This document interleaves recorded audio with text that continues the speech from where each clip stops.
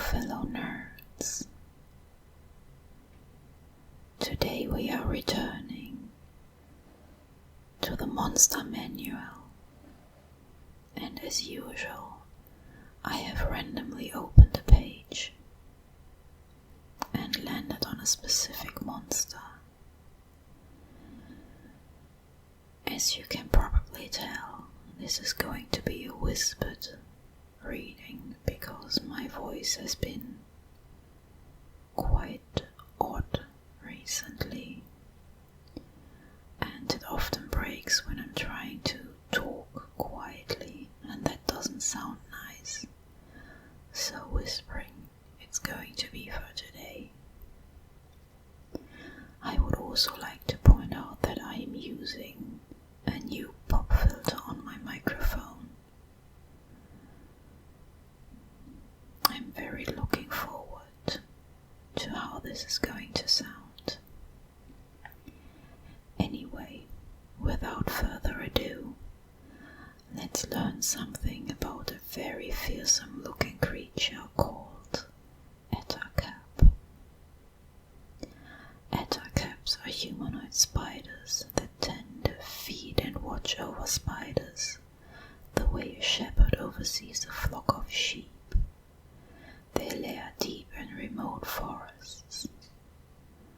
Fine strands of silk stream from glands in an ettercap's abdomen, letting it shoot sticky strands of webbing to bind and trap or strangle its victims. It can also use its webbing to fashion elaborate snares and nets which often festoon its lair. Quiet killers. When travelers and explorers venture into an ettercap's territory, the ettercap stalks them. Some meet their end wandering blindly into traps or sections of forests enclosed by webs. Others, the ettercap garrots with strands of web. Sylvan despoilers. Though they dwell in the wilds, ettercaps have no desire to live in harmony with nature. A forest infested with ettercaps transform into a gloomy space, choked with webs and infested with giant spiders, giant insects, and other sinister predators. Creatures that wander too far into such a wood are soon lost in a maze of webs that dangle with the bones and lost treasures of the ettercap's victims. Enemies of the Fae. Ettercaps are natural enemies of Fae creatures. The foul creatures set web snares to catch sprites and pixies, which they hungrily devour, and will encase a dryad's tree in webbing in a vain attempt to trap the dryad. Otherwise timid Fae will sometimes approach outsiders for help in dealing with an ettercap infestation, being ill-equipped to deal with the malevolent creatures themselves. Well, that's a nice plot hook right there. I'm going to make a note of that. Now, moving on to the stat block. An ettercap is a medium monstrosity with a neutral evil alignment. Its armor class is a 13 and it has natural armor. It has 44 or 8d8 plus 8 hit points. It has a walking and climbing speed of 30 feet. It has 14 points in strength and a modifier of +2, 15 points in dexterity with a modifier of +2, 13 points in constitution and a modifier of +1, only 7 points in intelligence with a modifier of -2, 12 points in wisdom with a modifier of +1 8 points in charisma with a modifier of -2.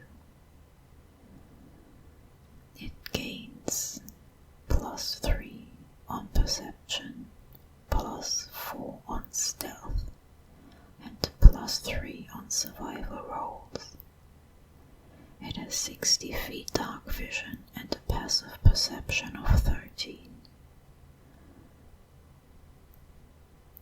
It doesn't understand or speak any languages. It has a challenge rating of 2, and you would gain 450 experience points should you defeat it. Spider climb. The Ettercap can climb difficult surfaces, including upside down on ceilings, without needing to make an ability check. Web sense. While in contact with a web, the Ettercap knows the exact location of any other creature in contact with the same web. Web walkers. The Ettercap ignores movement restrictions caused by webbing. Well, that makes sense, doesn't it? Actions. And we start off with my favorite, multi-attack.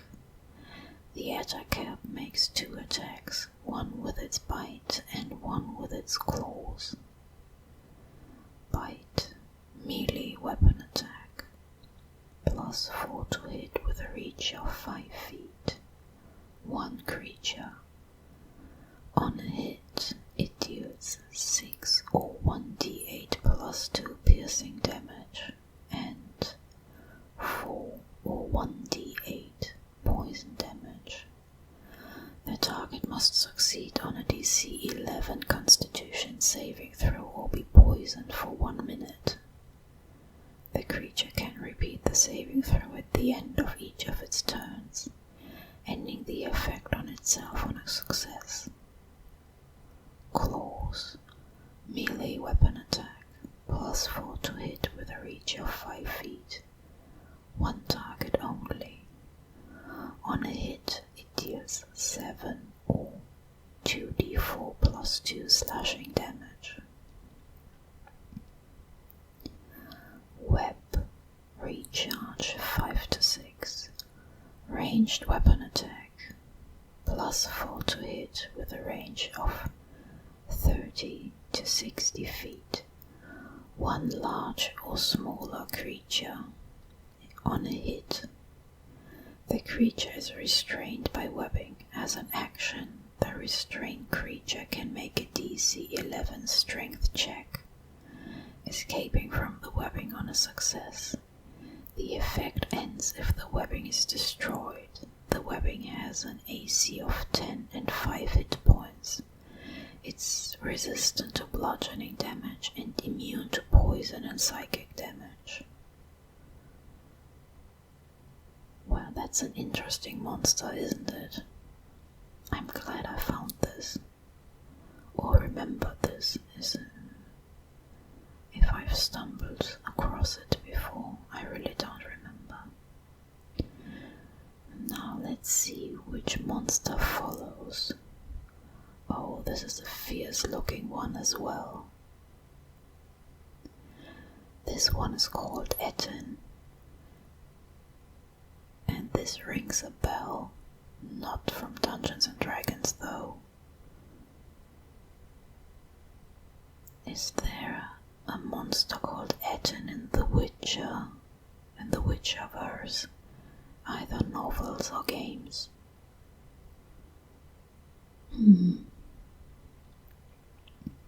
Anyway, an Ettin is a foul two-headed giant with the crude characteristics of an orc.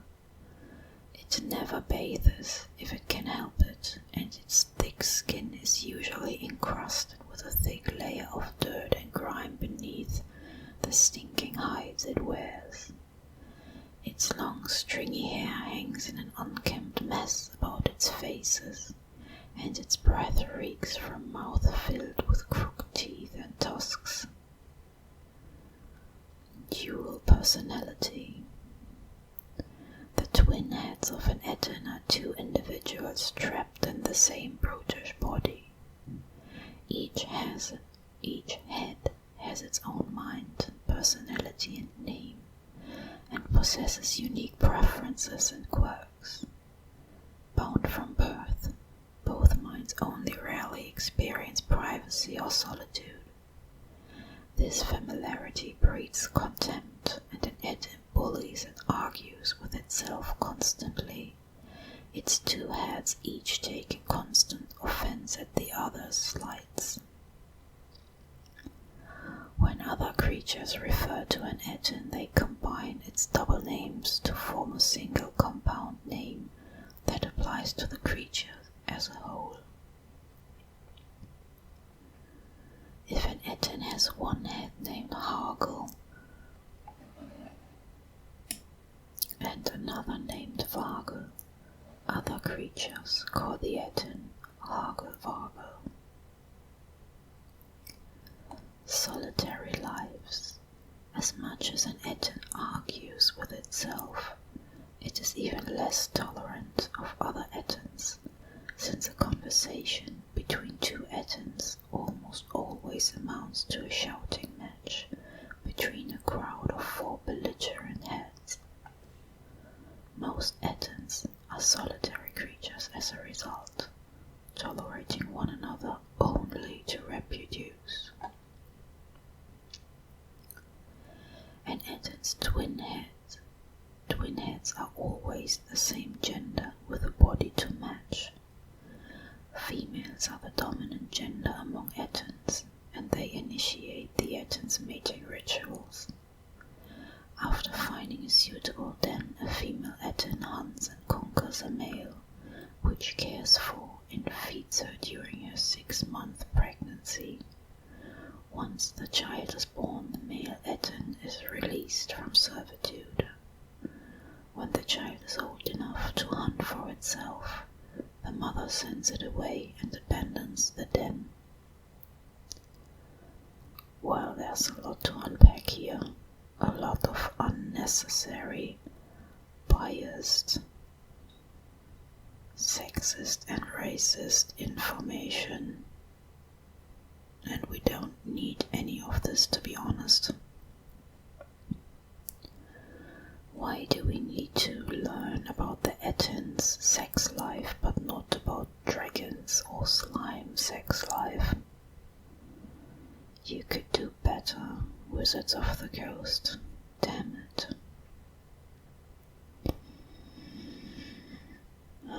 Anyway, two heads are better than one when focused on a mutually beneficial purpose or united by a common thread. An Ettin can resolve its personality differences and dedicate itself fully to a task. An Ettin fights with a weapon in each hand, making twin attacks directed by its respective heads. When an Ettin sleeps, one of its heads remains ever alert, gaining its only moments of privacy and keeping two eyes open for any creature that disturbs its precious solitude. Orcish ties. In ancient dialects of Common, the word Ettin translates as ugly giant. Legends tell of orcs that once stumbled upon a temple to Demogorgon, the magic of which transformed them into giant mockeries of the twin-headed prince of demons. Driven to near madness, the creatures scattered into the wilderness to become the first Ettins. Whatever the truth of the Ettin's origin, orcs treat them as distant cousins, and orc tribes often entice Ettins to serve as guards, scouts, and marauders. An Ettin isn't particularly loyal to its orc handlers, but the orcs can win it over with the promise of food and loot.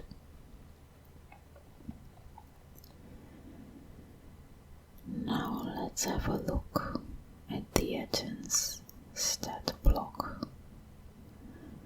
It's a large giant with a chaotic evil alignment. Its armor class is a 12, and its natural armor. It has 85 or 10d10 plus 30 hit points and a walking speed of 40 feet. Now that's interesting. I would like to know where the extra 10 feet come from, because it doesn't look very agile. Wow. Oh dear, it has 21 points in strength. That's a modifier of +5. 8 points in dexterity with a modifier of -1. 17 points in constitution with a modifier of 3. 6 points in intelligence with a modifier of -2. 10 points in wisdom with a modifier of 0. And 8 points in charisma with a modifier of -1. It gains +4 on perception. It has 60 feet dark vision and a passive perception of 14. It speaks and understands giant and orc. Its challenge rating is a 4, and you would gain 1100 XP for defeating it. 2 hits. The Ettin has advantage on wisdom, perception checks, and on saving throws against being blinded, charmed, deafened, frightened, stunned, and knocked unconscious. Wow, that makes sense, because even if one head is charmed or frightened or stunned or whatever, there's still the second head. What a clever idea. Wakeful. When one of the Ettin's heads is asleep, the other head is awake. Yes, we already learned that. Why is this in the stat block?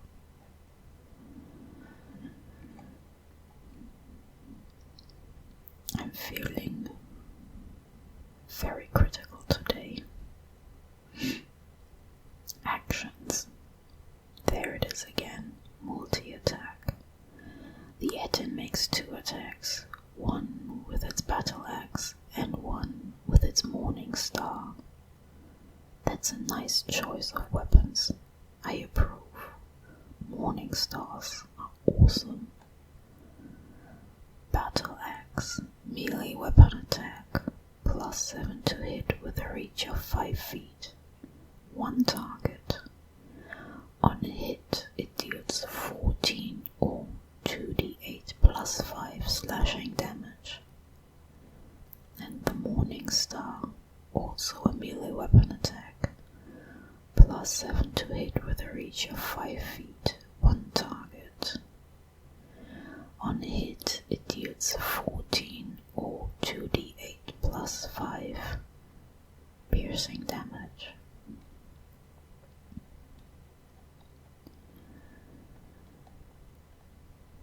So much for the 2 monsters of today. I hope you enjoyed this. I hope you enjoyed the whispering reading for a change. I know I don't do this very often, so if you especially enjoyed this, maybe let me know in the comments. I can certainly do this more often. It just doesn't come as natural to me as just talking quietly. As always, thank you very much for spending your time with me. I wish you a pleasant day if you're just starting your day, or sweet dreams if you're going to sleep now or have already fallen asleep.